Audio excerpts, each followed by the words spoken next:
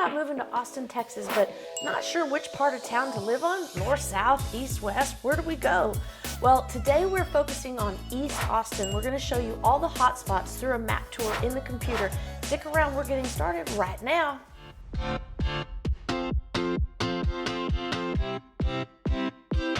If this is your first time to our channel and you want to know everything there is to know about living in Austin, Texas, then subscribe below and tap the bell so you get notified anytime there's new information about living in Austin. My name is Nicole Cooper, and my team and I get calls and emails from people just like you needing help moving in and around Austin, Texas, and we absolutely love it. So whether you're looking to move in 9 or 90 days, give us a call, shoot us a text, or send us an email. We look forward to helping you find your next home. Now let's get started on the east side. All right, East Austin. We're gonna show you the different parts of what's called East Austin and what's kind of the differences between them. So let's dive into the map right now. Okay, here we are, and this would be downtown Austin right here. What is traditionally called and referred to as East Austin is this portion here in this red kind of dotted outline. Now that is the zip code 78702. However, I like to refer to all of this as East Austin. And sometimes down here, but we're gonna go over that in a different video. When you're looking at East Austin, as most things in Austin, the closer you are to downtown, the more expensive it is. So this little area down here would be the most expensive portion of East Austin because you're close to downtown. You can walk underneath the highway and get to bars, restaurants, and fun shopping. And you're close to the lake, Lady Bird Lake, Town Lake, Lake Austin. You know how we like to have multiple names for the same thing. As you get farther to the east and farther to the north, prices go down a little bit. Not a lot, but a little bit. So overall in East Austin, talking about the whole area, so this whole area in full, the average closed prices are around $700,000. That puts it around $450 a square foot. And that's on average, homes are about 1,600 square feet. You still have a lot of bungalows from, that haven't been rebuilt yet. And you have some newer construction that could be 3,000 square feet. So it's very hard to tell you exactly what's going on in East Austin because there are so many pockets here and there. Like you can't generalize. If you want to live in East Austin, you're really going to have to go look at each little pocket and see if it's right for you. But the most important thing to remember is the closer you are to downtown and to the lake, the more expensive it gets. The further away from the city you go, the more bang for your buck. Now, what I do want to point out is this portion here, it's a little bit more expensive on average. This is the 78702 zip code. This is $850,000 on average closed price, whereas that whole area is $700,000. So you can see how this area here is more sought after than the further out communities. The price per square foot in this area here in the O2 is $565 a foot compared to $450 a foot for this entire area. So this 78702 is definitely what I would consider the hot spot of East Austin. Now, for the homes in East Austin, I've already mentioned that there's nothing the same, there's nothing homogeneous, so it's really hard to tell you like approximately when everything was built. You have homes and some historical homes from the 1920s all the way to brand new construction now. There are some bungalows, we call them little shotgun homes. If you went in the front door and went straight out the back, nothing would stop you. We have some of those that haven't ever been touched. We have some original families in there that have passed along from family to family since the 20s, and it hasn't been changed much except for a little bit of cosmetic painting here and there. And then you have some brand new construction, modern, on-trend, glassware, farmhouse, the works. So it's a piece by piece, house by house kind of basis. And you're going to have to get out there and walk it and see if you like it. However, the big generalizations are the closer to downtown and the closer to water, the more expensive. The further out, the more property you're going to get, and the lower price per square foot you're going to get. And that's just because you have to drive a little further to do all the fun things. Speaking of fun things, let's show you some of the awesome restaurants on the east side. Okay, we're zoomed in here to the east side. I'm going to give you your bearings here. This is Cesar Chavez coming right through here. This is 7th Street. Oops, I missed that a little bit, but you get the idea. 5th Street and 6th Street. This is all, we call that East 6. That's, if you know anything about Austin or have heard anything about Austin, 6th Street, the original 6th Street, is where all the party district is, an entertainment district, bars, restaurants, right down in this area right here. Well, it has expanded east now, and there are a ton of bars and things on East 6th, and it's become super popular. This road out here is Pleasant Valley. That's one of our kind of eastern boundaries you can think of when you're buying real estate. Here's Springdale, and then Airport Boulevard is out here. So while we're in this kind of the heart of East Austin, I'm gonna show you some fun restaurants. Laundrette is a favorite of many. It's an expensive, really nice restaurant, fancy food I would call it. Laundrette is well known for its like gourmet American food, if you will. Moving on, we have La Barbecue, and that's, you know, it's city barbecue. Hey, I'm born and raised Texan. I can talk about barbecue. It's okay for the city. One in a Million, it's been on, what's it, Guys, Diners and Drives or whatever. They have this one in a million taco, and it's pretty cool. It's definitely something worth seeing. Lester Pearl, this is one of the original Rainy Street dive bars, and when Rainy Street kind of got the remodel, they moved it over here to the east side. Going a little bit further east, Justine's. This is one of my favorites. French bistro, think weird, awesome, but wonderful food. I mean, it's pricey, don't get me wrong on that, but it is well worth it if you're having a fancy night. Coming back over here to East 6th and 7th, that more entertainment district than most. You've got Easy Tiger, big German beer outdoor place, Suerte, awesome food at Suerte, Lazarus Brewing Company, a really fun brewery that has live music there quite often, Veracruz, Casa Colombia, so you get kind of different foods from all around the world in that one spot. We move a little bit further up to the north. You may have heard of Franklin Barbecue. People stand in line for hours waiting for his food, and he's usually gone by, the supply is usually gone by early afternoon. This is another little entertainment district here on the 11th Street area. It's got Nickel City, Paperboy, here's Paperboy here. Best brunch and breakfast around. It is a line out the door most every morning.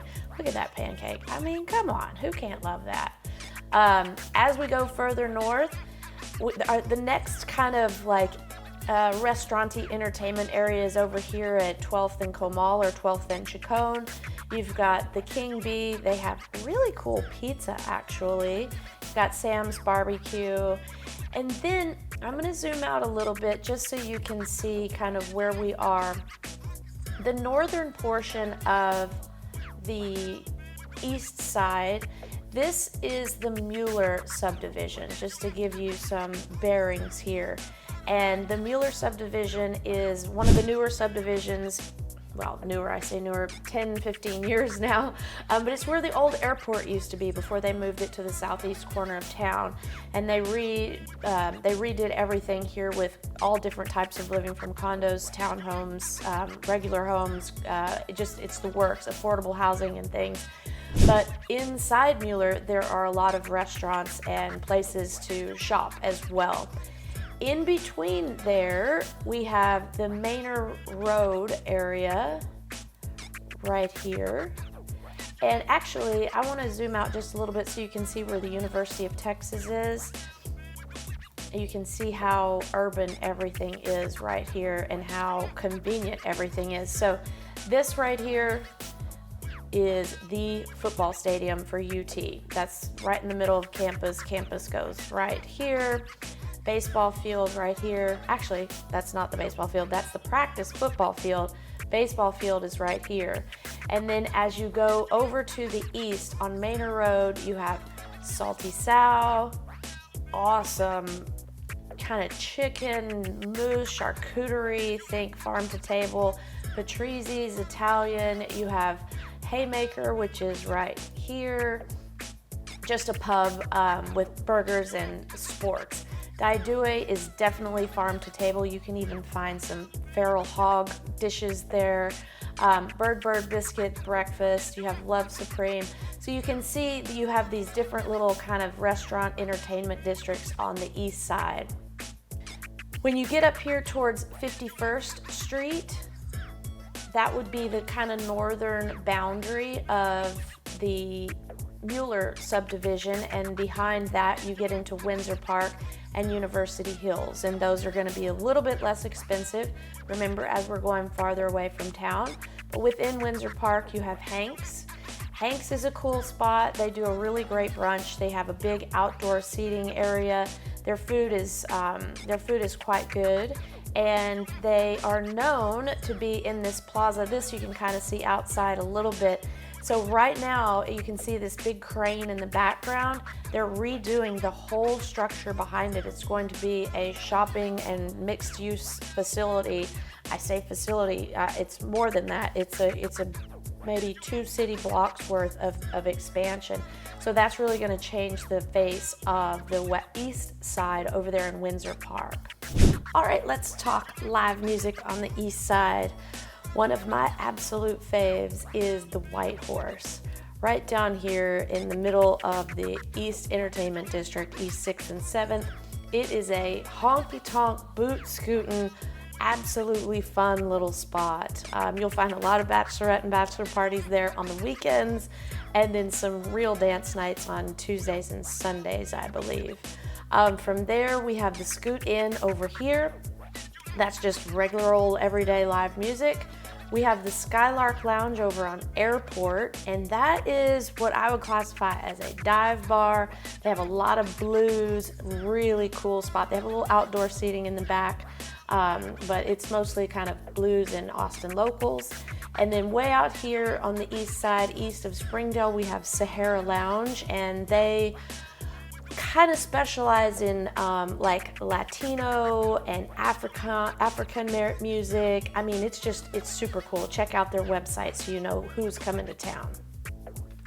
Also on the east side, we have Huston-Tillotson University and the George Washington Carver Museum. And the George Washington Carver Museum is African American history and culture. They have a lot of events there, library. It's super cool. Here's a pic of the George Washington Museum from the outside.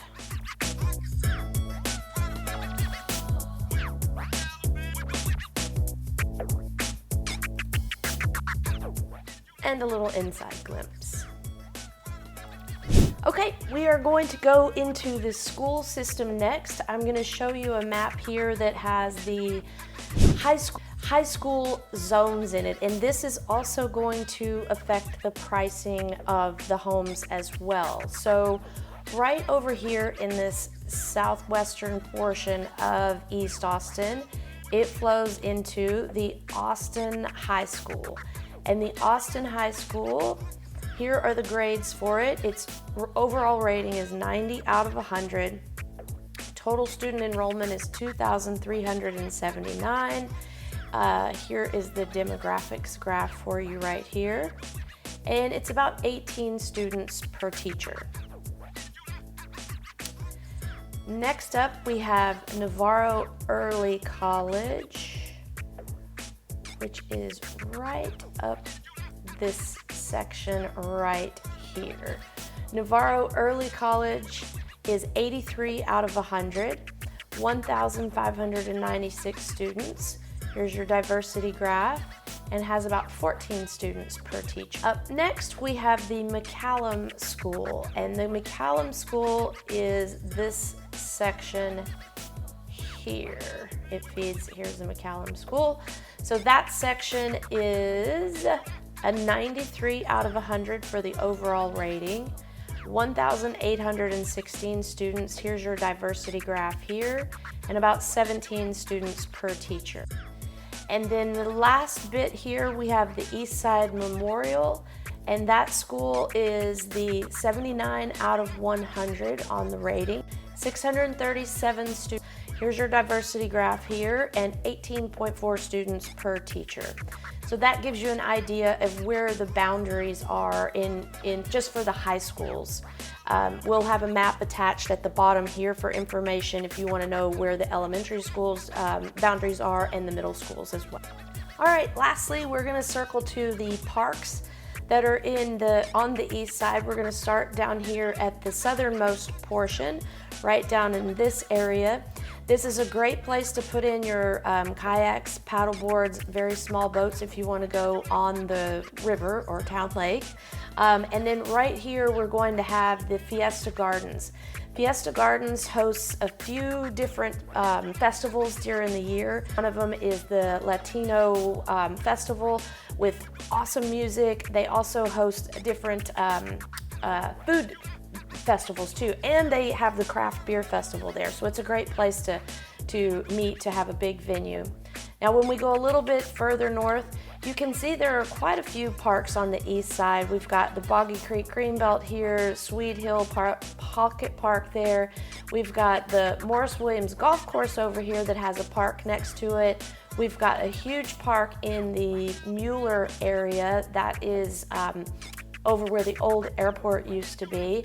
And the Mueller Park is probably the best kind of walking park apart from the one on the lake, because it's just a fair amount bigger. So you can see that it goes from over here in the downtown kind of Mueller Central, it goes all the way around back here through the back and back around. So I believe it's about 5 miles.